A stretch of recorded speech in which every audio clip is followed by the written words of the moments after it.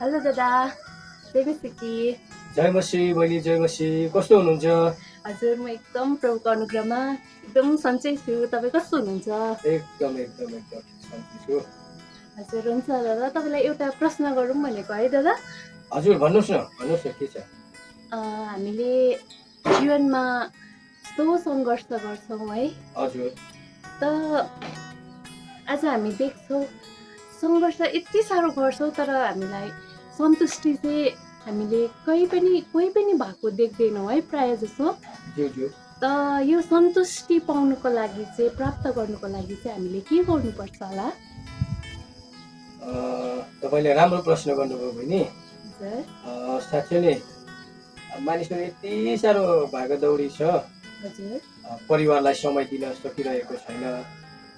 अनि हामी यहाँसम्म देख्छौँ कि अझै दुःख लाग्दो कुरो, मानिसहरूले परमेश्वरसँग पनि समय बिताउन सकिरहेको छैन है। हजुर अनि बहिनीको प्रश्न अनुसार चाहिँ हामीले यी सबै कुरो गर्दै गर्दा पनि हामी सन्तुष्टि भइरहेको छैनौँ। एउटा कुरा हामीले थाहा गर्नुपर्छ बहिनी कि जुन समयदेखि, जुन दिनदेखि आफूले प्राप्त गरेको कुरोहरूलाई मलाई पर्याप्त छ भनेर हामी जब सम्झन थाल्छौँ नि, त्यसै दिनदेखि सन्तुष्टि पनि सुरु हुन्छ।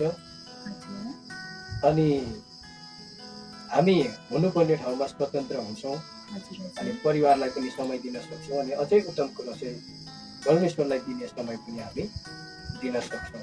किनभने बाइबलले हामीलाई भन्छ godliness with content heart is great gain.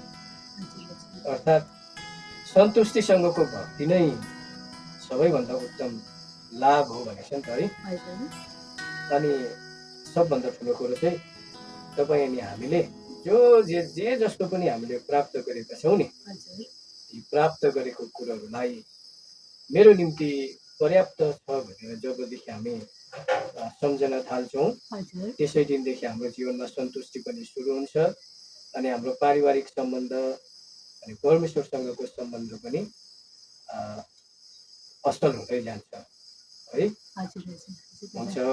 हुन्छ दादा, एकदमै तपाईँलाई धन्यवाद है। एकदमै राम्रो कुरा तपाईँले गर्नुभयो। हुन्छ दादा, एकदम थ्याङ्क यू। जय मसी बहिनी, जय मसी।